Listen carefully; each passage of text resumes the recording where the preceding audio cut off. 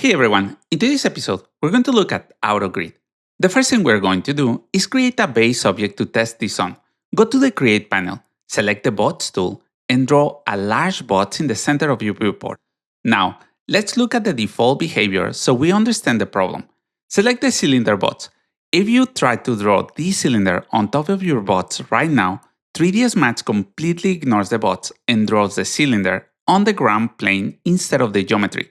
This forces you to use the Move tool to lift it up, which can be slow and sometimes inaccurate. To fix this, we need to locate the AutoGrid checkbox. It is located right above the Objects button in the Object Type rollout. I want you to check these bots to enable this feature.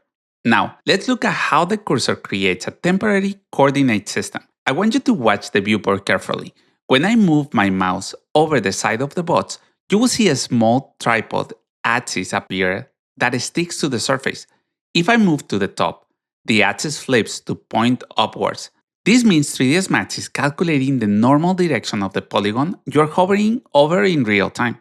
I recommend using this specifically when you are detailing objects, such as placing knobs on drawers or books on a tilt shelf, because it handles the rotations automatically. Go ahead and click on the side of the box and drag out a cylinder. You will see that the cylinder grows out sideways, perfectly perpendicular to the face of the bot.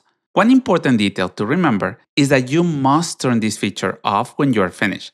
If you leave the AutoGrid enabled, you will accidentally start drawing objects on walls or ceilings when you intend to draw them on the floor. AutoGrid is a small checkbox, but once you get comfortable with it, you will wonder how you ever model without it. If you found this tutorial helpful, consider supporting my work on Ko-fi/Archviz Explain. It helps me create more tutorials like this one. Hope you enjoyed the video. Don't forget to click the like and subscribe button. If you have any questions, let me know in the comment section below, and thank you for watching.